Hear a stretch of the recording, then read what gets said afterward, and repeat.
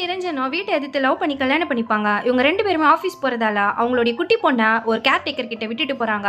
ஆனா அந்த கேர்டேக்கரும் இந்த பொண்ணை கவனிக்காம அவங்க பாட்டுக்குன்னு பூஸ்ட் குடிக்கிறதும் குடிச்சதை சாப்பிட்டுட்டு அந்த பாப்பாவை கவனிக்க மாட்டாங்க. இப்போ அவங்க பாய் ஃப்ரெண்டையும் வீட்டுக்கு வர வச்சிடறாங்க. அந்த ஓனருடைய ட்ரெஸ், சரக்குன்னு, சாப்பாடு எல்லாத்தையும் யூஸ் பண்ணிக்கிட்டு அந்த பாப்பா டிஸ்டர்ப் பண்ணாம இருக்கிறதுக்காக மயக்க மருந்து கொடுத்துறாங்க.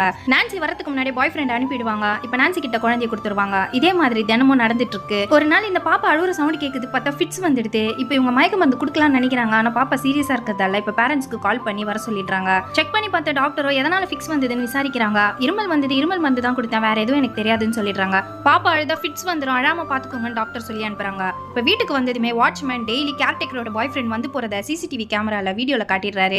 இதனால கோவப்பட்ட அவங்கள அடிச்சுட்டு இதுமேல் வேலைக்கே வராதுன்னு சொல்லி வீட்டை விட்டு அனுப்பிடுறாங்க. 2 பேருக்குமே ஆபீஸ்ல வேலை இருக்கிறதால சின்ன பொண்ணு பாத்துக்கிறதுல சண்டை வந்துடுது. இப்போ ஒரு நாள் நீ பாத்துக்கோ, ஒரு நாள் நான் பாத்துக்கிறேன்னு மாத்தி மாத்தி பாத்துக்கிறாங்க.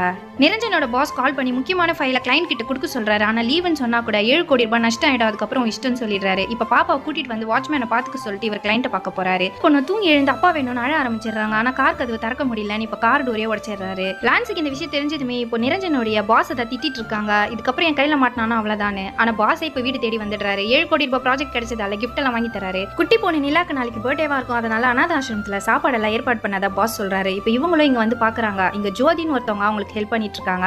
இப்ப குழந்தைகிட்ட ரொம்ப அட்டாச்சா இருக்கிறத பார்த்துட்டு நீங்களே குழந்தைய பாத்துக்கிற கேர்டேக்கரா வாங்கன்னு கூப்பிடுறாங்க.